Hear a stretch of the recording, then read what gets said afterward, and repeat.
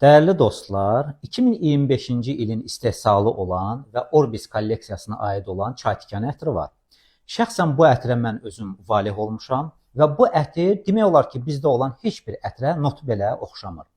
Və bu ətrin ideya müəllifi Ətirşah Parfüm şirkətinin brend direktoru Cəlal bəydir. Cəlal bəy, bu ətir necə ərsəyə gəldi? Bunun fəlsəfəsini necə düşündünüz? Uşaq vaxtı biz Şamaxının Dəmirçi kəndindəyik. Orada çayın içində bir qıraqlarda çay tikanı olur. Bu kol kimi bitir də? Kol kimi bitir, üzərində bəli meyvələr olur, belə deyək.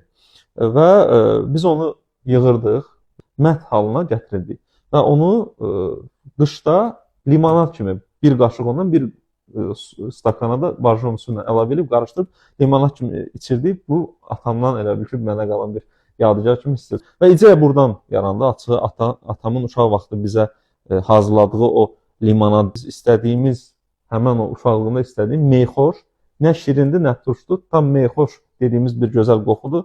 O qoxunu mən aldım. Yəni çox insan da sizin kimi bəyəndi bu ətri. İnanırıq alıcılarımız, Ətirşahı bəyənirlər, gəlib bu ətlə ən azından baxacaqlar bizim butikdə. Təşəkkür edirəm. Şübhəm yoxdur ki, bu ətri çox insan bəyənəcək. Sağ olun. Sağ olun.